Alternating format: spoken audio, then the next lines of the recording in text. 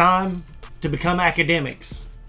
We're going to Salmonella's Academy, where he is going to teach us today about Timothy Dexter, the dumbest rags to riches story.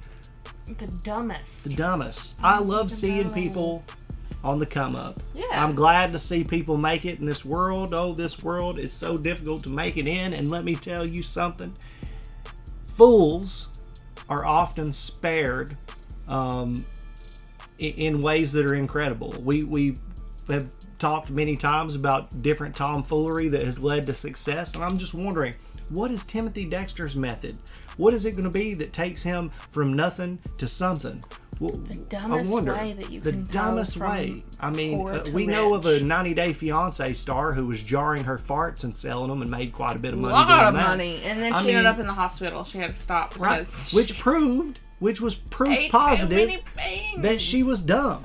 So, that was a rags to riches story that was pretty dumb. No, I'm pretty sure that was a riches to even more riches. Yeah. But anyway, nobody's going to know how to tell us any better than Salmonella himself, so let's check this video out. Let's do it.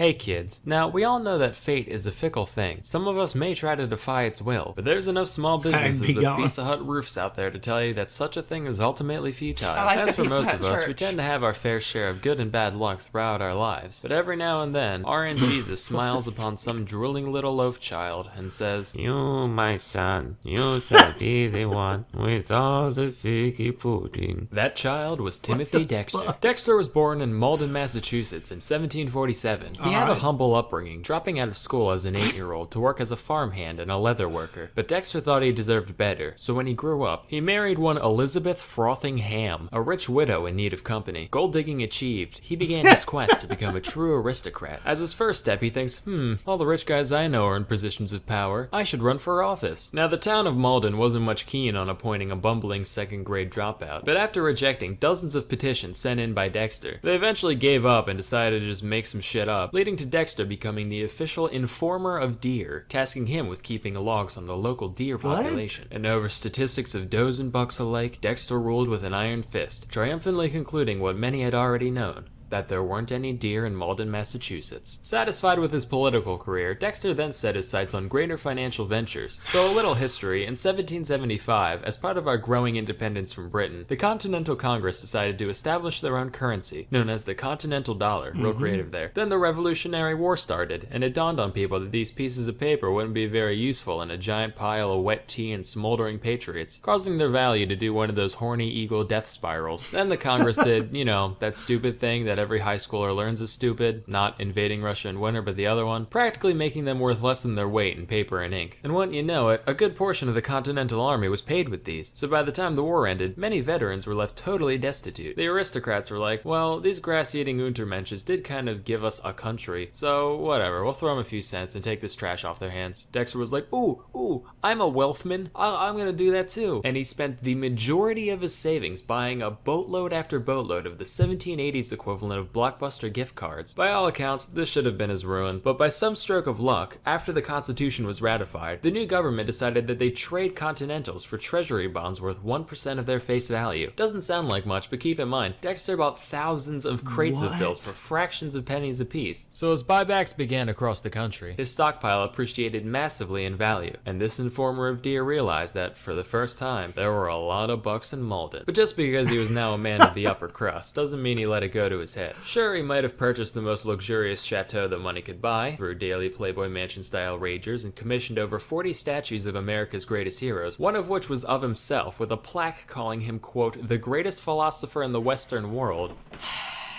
Despite his incredibly tacky displays of wealth, his contemptuous contemporaries still saw him for the loud, illiterate rube he was. So they started giving him deliberately awful investment tips in order to get him to bankrupt himself. One such piece of advice was that he should ship warming pans to the Caribbean. For those of you born after 1850, a warming pan's this dish on a long pole that you fill up with hot coals to warm up your bed. Not much use in a tropical paradise. But Dexter was undeterred by such frivolous things as logic. Went ahead and sent over 40,000 of them to the West Indies. When they arrived, the locals didn't really know what they were looking at and decided to use them as ladles for the sugar and molasses refineries. And by the end of it, Dexter sold every single one at a markup of nearly 80%. Frustrated that their plan backfired, the elites then told him to literally carry coal to Newcastle, which is an old idiom used to describe a pointless task based off the fact that Newcastle was one of the world's biggest producers of coal. The only idioms Dexter knew about all involved different animals shitting in the woods, so he took their word on good faith and went along with it. But by some divine providence, by the time the shipment arrived, the Newcastle coal miners had all gone on strike, and Dexter once again cleared the entire shipment with a hefty profit. He was like, man, I am so smart. By this point, he was pretty confident in his speculation skills, so he started making seemingly far-fetched ventures all by himself. One time he had a bunch of stray cats rounded up for basically free, which sounds like herding cats, but what do I know? And he sent them to the Caribbean, where they were gobbled up en masse.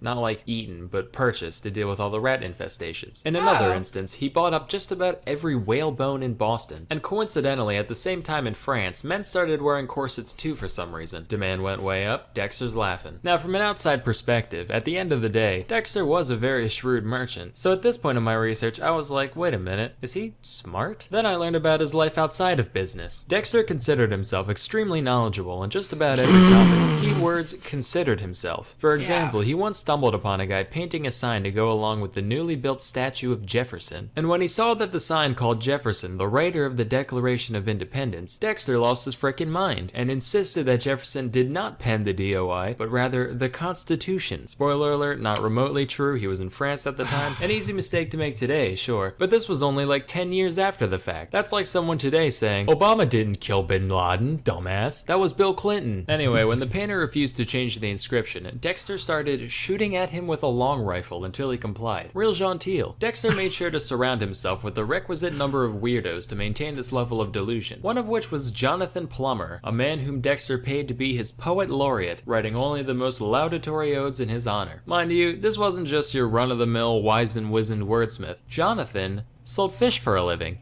And porn. He just kind of went along with the whole thing for the pocket change. Besides his entourage, Dexter occasionally spent time with the total geeds known as his family. He had 2 children, whom the New England Historical Society describes as a half-mad drunk and a completely mad drunk, respectively. And he couldn't stand his wife on account of her perceived constant nagging, to the point where he would tell guests he was unmarried and that he just had a ghost in his house. Just like, oh yeah, that's a sea hag. You know, mansion built on some old Indian what the shipwreck hell, dude? Timmy, please, I'm cold and my hands are rheumatic. Find it in your heart to light the fireplace for me. Yeah, plenty of that in hell, you banshee bitch. One day, in a massive stroke of ego, Dexter decided to fake his own death, complete with a lavish funeral service, just to see who would show up. Lucky for him, about 3,000 people from all walks of life turned up. Though initially staying out of sight, he soon noticed that his wife wasn't crying. So in response, he jumped out and started hitting her upside the head with a cane, in front of everybody. But as his true mortality grew closer, Dexter knew he needed a legacy, and decided to pen his memoirs, titled A Pickle for the Knowing Ones, which was basically just 20 pages of unhinged ranting about politics, religion, his wife, and whatever else came to mind. No punctuation, random capitalization, the most amazing spelling I've ever seen. Here's some excerpts. George Washington, attitude, philosopher, tobacco,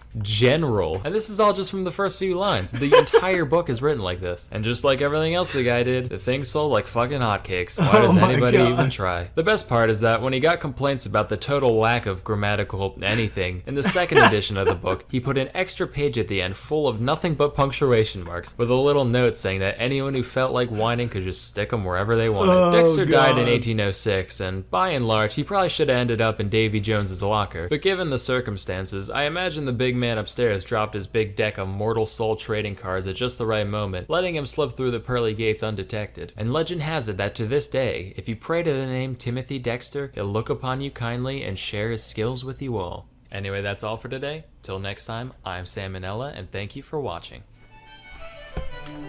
It's hilarious to hear about this Timothy Dexter character. Dude, I want to learn more. It would have been fucking terrible to be around him. Oh, dude. Imagine being the guy that's just like, dude, I know about Thomas Jefferson. Yeah, like, I'm commissioned to literally, yeah. Please stop shooting your gun at me. Like, what the fuck? And that's not even like, those weren't the kind of guns that, you know, nowadays, it would be like, oh shit, blasting. Now there's this big ass bolt lodged in my leg and my leg is broken. And it's not like you can just go to a hospital right, for you sure probably lose it. Yeah. You know, like, Jesus, what a basket case. And it's that way, dude. I don't know what it is about the world, okay? Just complete transparency. I am not a rich man. I have enough to get by the skin of my teeth, and my teeth aren't even the best. Like, yeah, this guy was rich. Yeah, you don't have dental insurance. This guy was rich. Like, there are so many people that I know that will be walking around with tobacco spit dripping down their faces, and they don't have enough common sense to wipe their own asses, and they're just like the most disgusting slobs of human beings, and then they'll go step into a brand new $60,000 truck, live in a humongous house. Crazy debt too. I know plenty of people that are well off and the dumbest motherfuckers I've ever met in my life. The dumbest. I really like how they were like, you should do this, and then he's like, okay. It's like, and then it works out. Yeah. He's like, thanks guys, you really looked out for me. Yeah, I don't know what it is, but I'm telling you, fate is on the side of fools more times than you can imagine. Our society in and of itself is complete with examples of that, to where it just doesn't make any sense, but we've made it, this far. No matter how much we try to destroy our planet and all of the wonderful things around us, we're still here somehow. For how long? I don't know. This guy was pretty wild. In fact, I want to read his book, dude. Made his own funeral, and then his wife wasn't crying, so he proceeded to hit her with a cane over her head. Yeah, no wonder she wasn't fucking crying that you were gone. Yeah, that was one of the funniest cases of domestic assault I believe I've ever heard about. Anyway, hopefully you guys enjoyed this video. If you did, go check out Sam O'Neill Academy. It's fucking great. There's plenty of content just like this, and I'm sure you'll enjoy it. If you enjoyed our reaction to this video, it would be awesome if you were to subscribe to our channel, like this video, and even give us suggestions for videos you want to see us react to in the future. You can do that down in the comments or on our Discord. We also go live on our Twitch every Friday at 2:30 p.m. Eastern Standard Time. We do. Thank you guys for hanging out, and we'll see you in the next one. Guys.